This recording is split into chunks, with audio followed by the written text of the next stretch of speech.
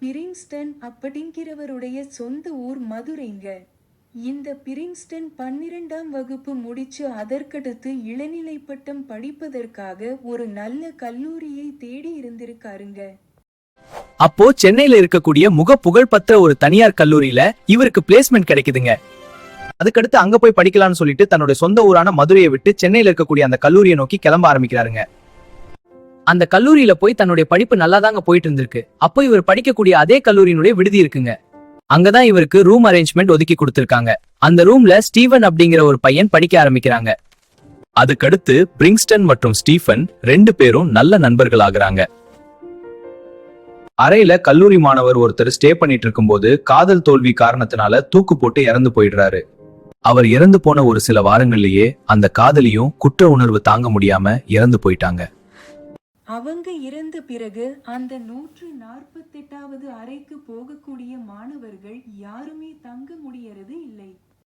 இதையெல்லாம் நோட் பண்ண அந்த கல்லூரி மேனேஜ்மெண்ட் அதற்கடுத்து அந்த ரூமை எந்த மாணவர்களுக்கும் கொடுக்க வேண்டாம் அப்படின்னு சொல்லிட்டு பூட்டியே வச்சிருந்திருக்காங்க.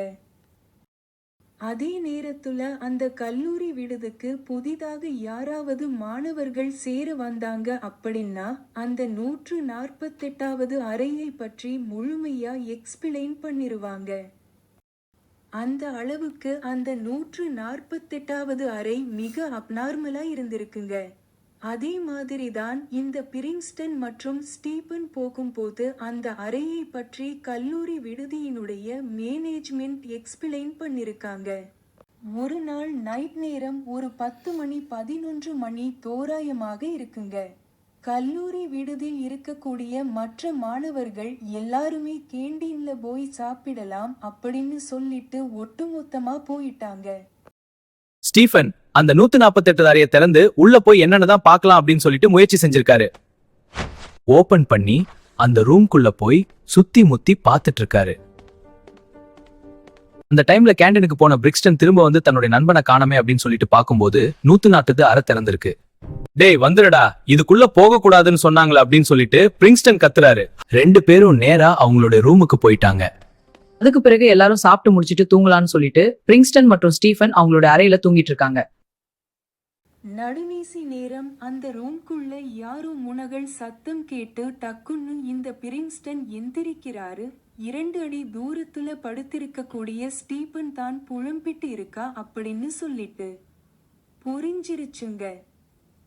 அது மட்டுமில்லாம ஸ்டீபனுடைய உடம்பு அப்படியே வெற்றற மாதிரி அங்ககுட்டும் இங்குட்டும் துடிக்கிற மாதிரி பண்ணிக்கிட்டே அந்த முகத்தோடம் இருந்திருக்கு. ஸ்டீபன் அப்படி பண்ணிக்கிட்டே என்ன சொல்றாரு அப்படின்னு சொல்லி பார்த்தா ஐ வில் கில் யூ, நான் உன்னை கொல்ல போறேன் அப்படின்னு சொல்லிட்டு சொல்றாரு. அப்போது ஊர்ல இருக்கக்கூடிய பாதிரியார் போன் பண்ணி இப்படி தப்பா நடக்குது ப்ரீஸ்ட், நீங்க வந்துருங்க எப்படின்னு சொல்றாரு. கரெக்டா பிரீஸ்ட் வந்து இவருடைய ரூம்குள்ள நுழைஞ்ச அடுத்த செகண்டேங்க வலிமை இழந்து படுத்து கிடந்த அந்த ஸ்டீபன் டக்குன்னு முடிச்சு எந்திரிச்சு ஆவேசமா பாக்குறாரு. அதற்கு பிறகு பிரீஸ்ட் கொஞ்சம் கூட பயப்படாம பைபிள் எடுத்து கிட்டத்தட்ட 1 மணி நேரத்துக்கு மேல ஜெபம் பண்றாரு. 1 மணி நேரம் 1.25 மணி நேரம் வரைக்கும் அந்த ரிச்சுவலை பண்ணி அதற்கு பிறகுதான் பிரிங்ஸ்டனுடைய உடம்பில் இருந்து அந்த ஆன்மாவை விலக்கி விட்டுருக்காரு.